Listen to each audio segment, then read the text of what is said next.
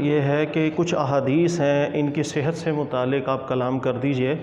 Number 1 حدیث ہے کہ ہمارے یہاں مشہور ہے کہ عاشورہ کے دن یعنی 10 محرم الحرام والے دن حضرت آدم کریم علیہ السلام کی توبہ بھی قبول ہوئی تھی، اور یہی وہ دن ہے کہ جس دن حضرت نوح علیہ السلام کی جو مبارک کشتی ہے اس نے استوا کیا تھا، اور 10 محرم کو ہی حضرت یوسف علیہ السلام اپنے والد حضرت یعقوب علیہ السلام سے ملے تھے۔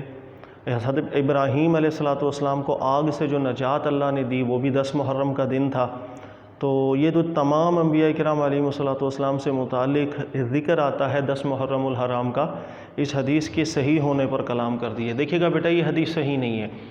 یہ جتنی بھی باتیں ہیں کہ حضرت آدم کریم علیہ السلام کی توبہ بھی اس دن قبول ہوئی، حضرت ابراہیم علیہ السلام کو نجات بھی اس دن ملی، حضرت یوسف علیہ السلام بھی اس دن حضرت یعقوب کریم علیہ السلام سے ملے تھے، یہ حدیث صحیح نہیں ہے۔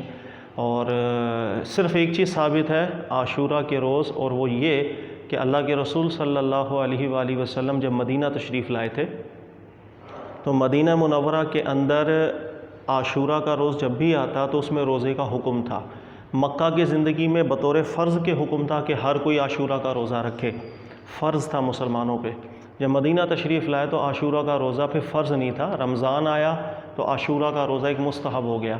تو اللہ کے نبی صلی اللہ علیہ وسلم کی طرف سے صحابہ کو حکم ہوتا تھا کہ یہ روزہ رکھا جائے۔ تو مدینہ کی زندگی کے اندر 8 سال اللہ کے نبی صلی اللہ علیہ وسلم نے روزہ رکھا عاشورہ کا، صحابہ بھی رکھتے تھے۔ اور نبی پاک صلی اللہ علیہ وسلم کی وفات مبارکہ سے 1 سال پہلے آخری سال کی یہ بات ہے کہ پتہ چلا کہ یہود بھی اس روز روزہ رکھتے ہیں عاشورہ کا۔ تو اللہ کے نبی صلی اللہ علیہ وسلم نے معلومات کروائیں بھئی یہود یہ روزہ کیوں رکھتے ہیں؟ تو یہودیوں نے کہا کہ یہ وہ دن ہے جس دن اللہ نے حضرت موسیٰ کریم علیہ السلام کو نجات دی تھی، تو ہم شکرانے کے طور پر روزہ رکھتے ہیں۔ تو اللہ کے نبی صلی اللہ علیہ وسلم نے فرمایا کہ ہم زیادہ حق رکھتے ہیں کہ ہم اللہ کے نبی صلی اللہ علیہ وسلم حضرت موسیٰ کریم علیہ السلام سے کے قریب ہونے کا سب سے زیادہ حق رکھتے ہیں۔ اگر ہم اگلا سال پائیں گے تو ہم 2 روزے رکھیں گے تاکہ یہودیوں سے مخالفت ہو جائے۔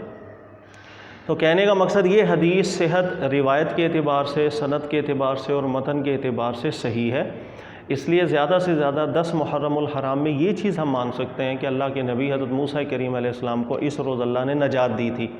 اللہ کے نبی صلی اللہ علیہ وسلم کے سامنے یہودیوں کی یہ بات آئی تھی اور اللہ کے نبی علیہ السلام نے رد نہیں فرمایا تھا، اور جس کام کو دیکھ کر سن کر اللہ کے نبی صلی اللہ علیہ وسلم تقریر فرما دیں، اس کو رد نہ کریں، تو یہ سب سے بڑی دلیل ہے کہ وہ بات ٹھیک ہے۔ لیکن اس کے علاوہ جتنے بھی دیگر انبیاء کرام علیہ السلام سے متعلق باتیں ہیں کہ وہ کشتی بھی حضرت نوح علیہ السلام کی اس روز ہی مستوی ہوئی، حضرت ابراہیم علیہ السلام کو بھی آگ سے نجات اس روز ملی، یہ ساری باتیں بیٹا صحیح نہیں ہیں۔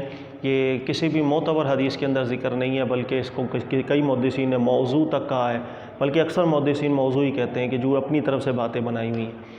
اور حدیث کے باب کے اندر میں اکثر آپ کو سمجھاتا ہوں بہت سی چیزیں دیکھنی پڑتی ہیں کہ یہ جتنی بھی کتب حدیث کے اندر احادیث روایت ہوئی ہیں یہ بعد میں چونکہ جمع کی گئی ہیں، لہذا اس کی سند کو بھی اچھے طریقے سے دیکھا جاتا ہے۔ سند کو دیکھنے کے بعد اگر سند ٹھیک بھی ہو پھر حدیث کے متن کو بھی دیکھا جاتا ہے کہ اس متن کے اندر کوئی ایسی غلطی تو نہیں ہے، اس لیے کہ چاہے ایک بندہ نیک ہو، پرہیزگار ہو، حافظہ اس کا ٹھیک ہو، غلطی وہ بھی کر سکتا ہے۔ اس لیے سند ٹھیک ہونے کے بعد اس کے متن کو بھی اچھے طریقے سے دیکھا جاتا ہے۔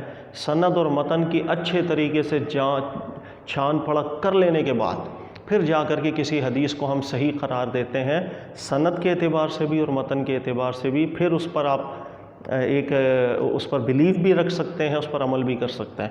لہذا حدیث کا باب ایسا نہیں ہوتا ہے کہ اس میں کوئی بھی حدیث آئی آپ نے کسی کتاب میں پڑھ لی اور اس کو ماننا شروع کر دیا۔ حدیث کا اجتہاد قدر مشکل اجتہاد ہوتا ہے، یہ حدیثیں کچھ بھی ثابت نہیں ہیں۔ اللہ تعالیٰ سمجھنے کی توفیق عطا فرمائے۔ جزاک اللہ خیرہ۔